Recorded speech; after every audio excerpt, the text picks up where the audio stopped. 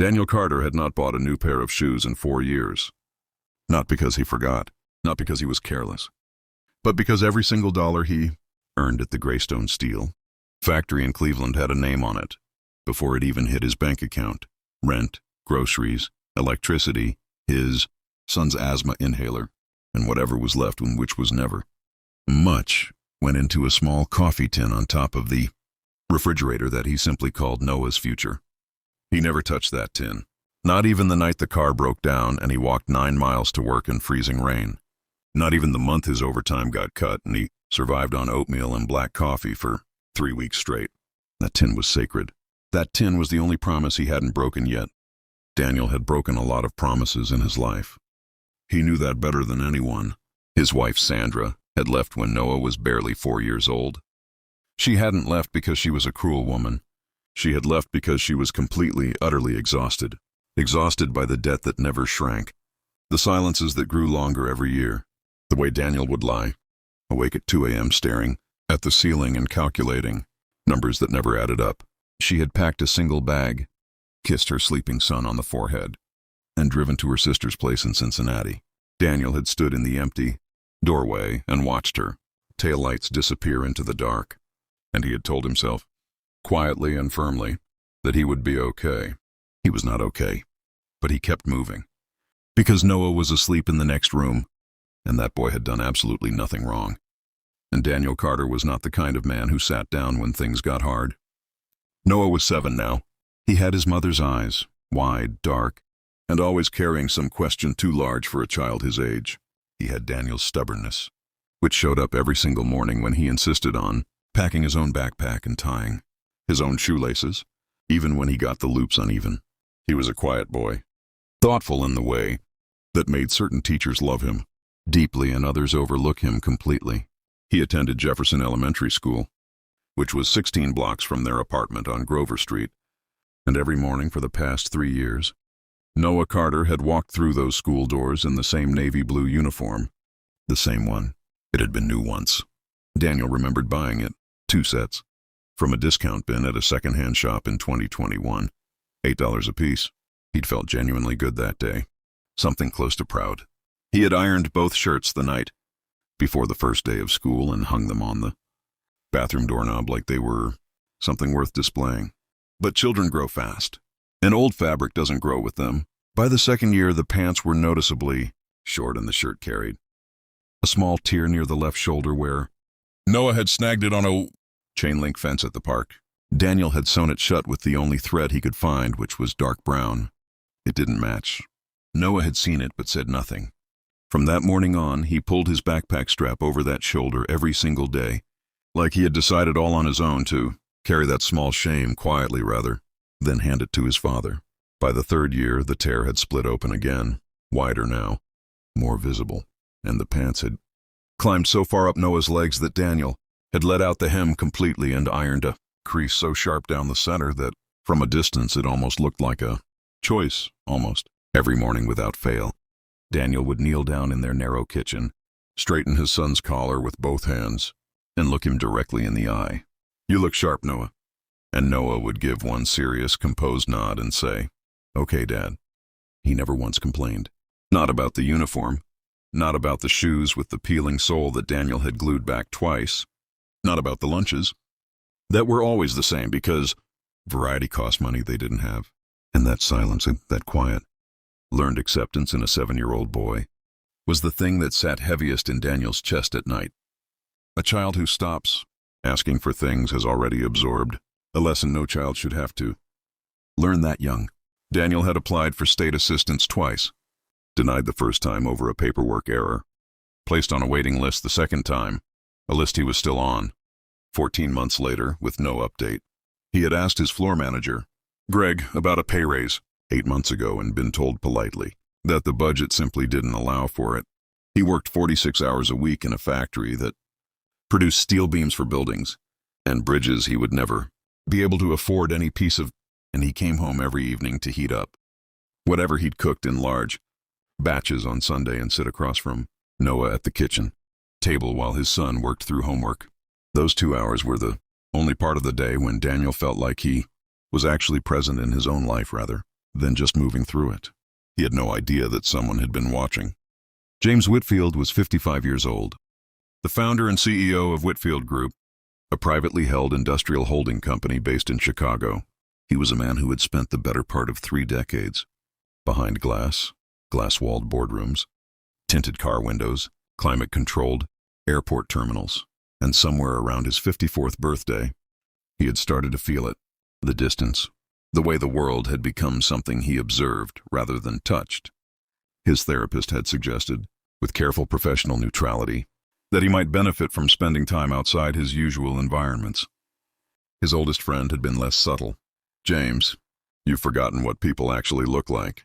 When Whitfield Group acquired a controlling stake in Greystone Steel, James decided to handle the operational review himself. No advance notice, no delegation.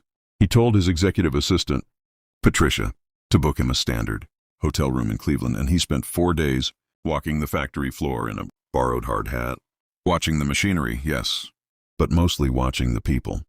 How they moved at 5:30 in the morning, what their eyes looked like at the end of a long shift, the small private rituals, the way one man always touched the photo on his locker before starting work, the way another always checked on the youngest employee after a near accident on the floor.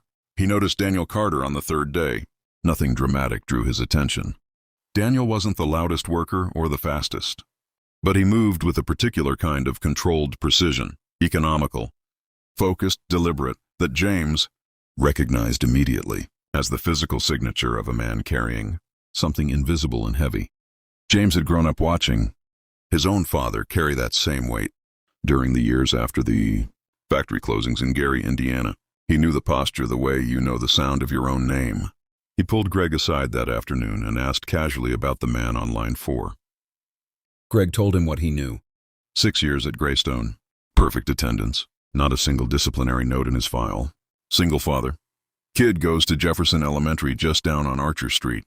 Quiet guy, never causes problems, works harder than men 10 years younger. James nodded slowly and didn't press further.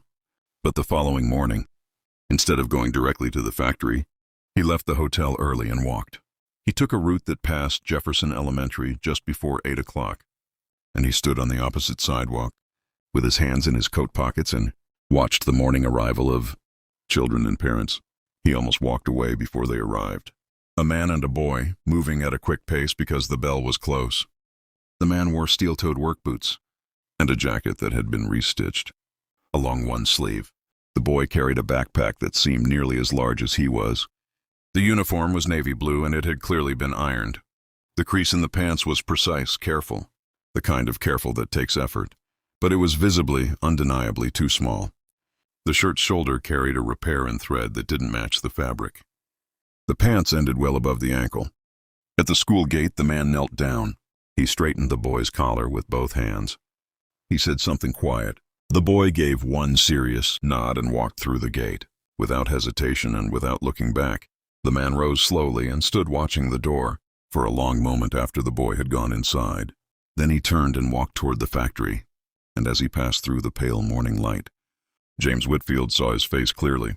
It wasn't an expression James could name simply. It wasn't just sadness and it wasn't defeat. It was something that had been compressed over years into something denser and quieter. The face of a man who has made peace with carrying something he should never have had to carry alone, and who carries it anyway because there is no alternative, and because someone small and important is depending on him to keep going.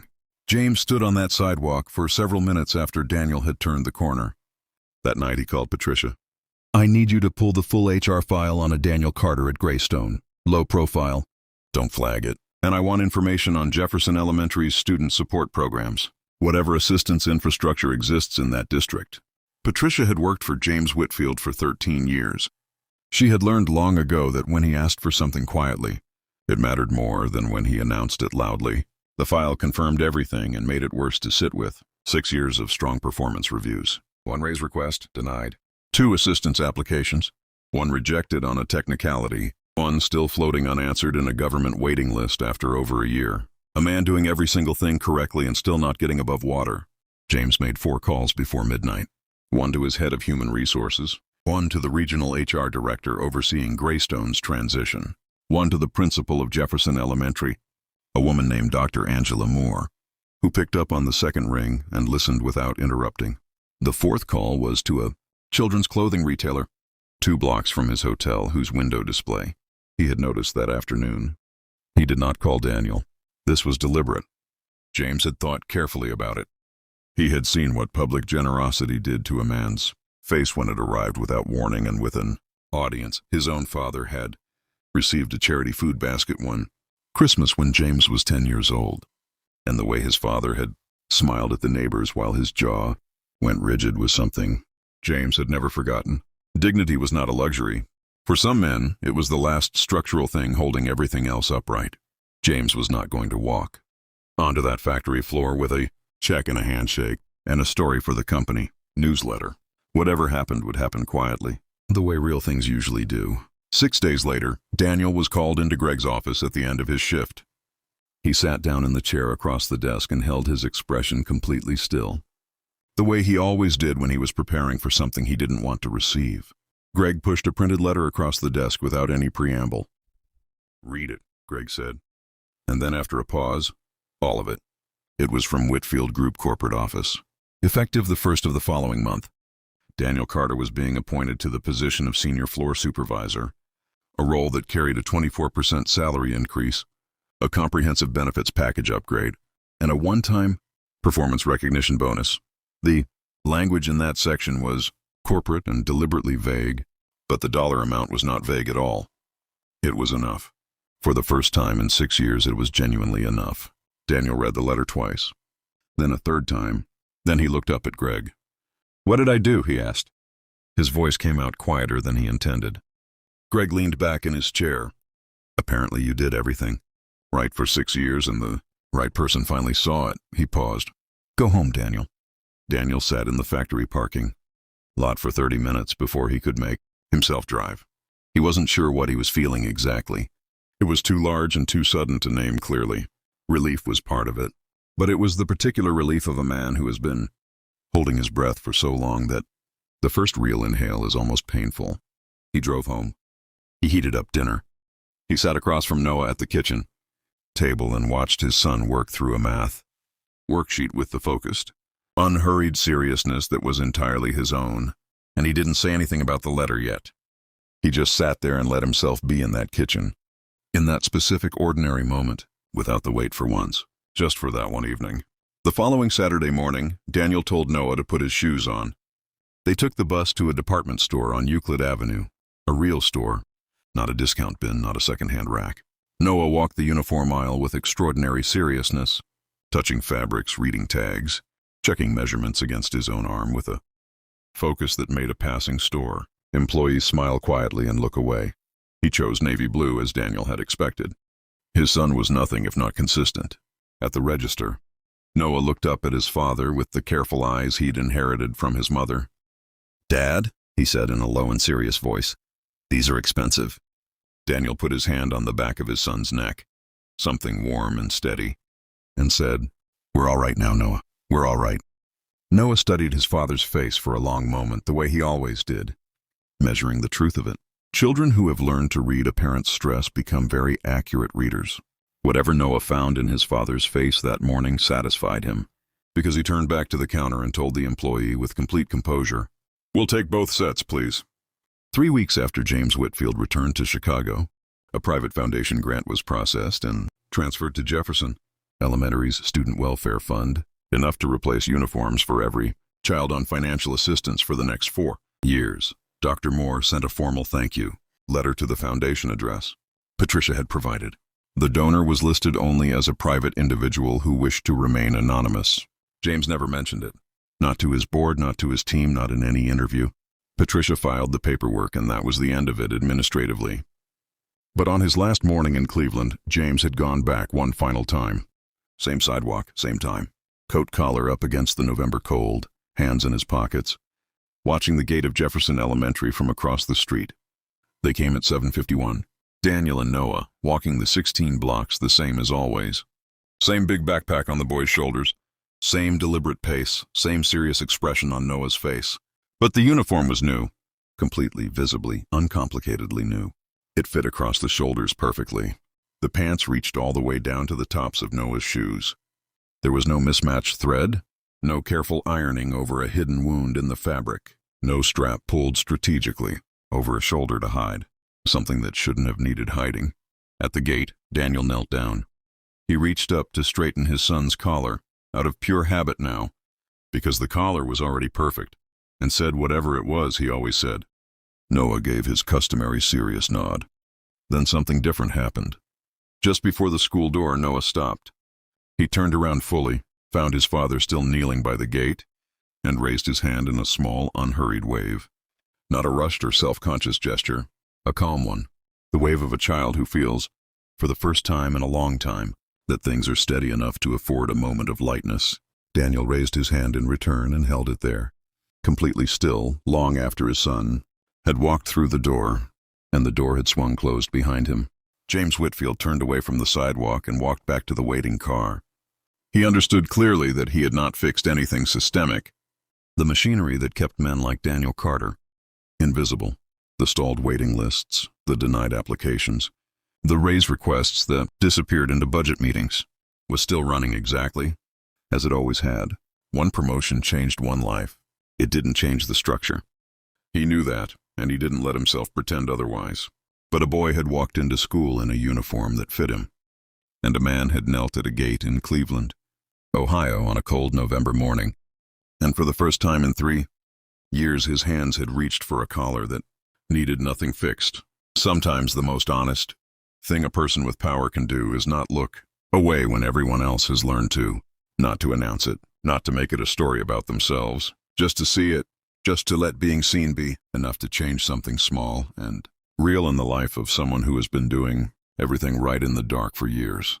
James got into the car. The door closed. Cleveland moved past the window as they drove toward the highway, gray and cold and ordinary and full of people carrying things no one could see. He looked at it this time, really looked, and for the first time in longer than he could honestly remember, the distance felt like something that could be closed.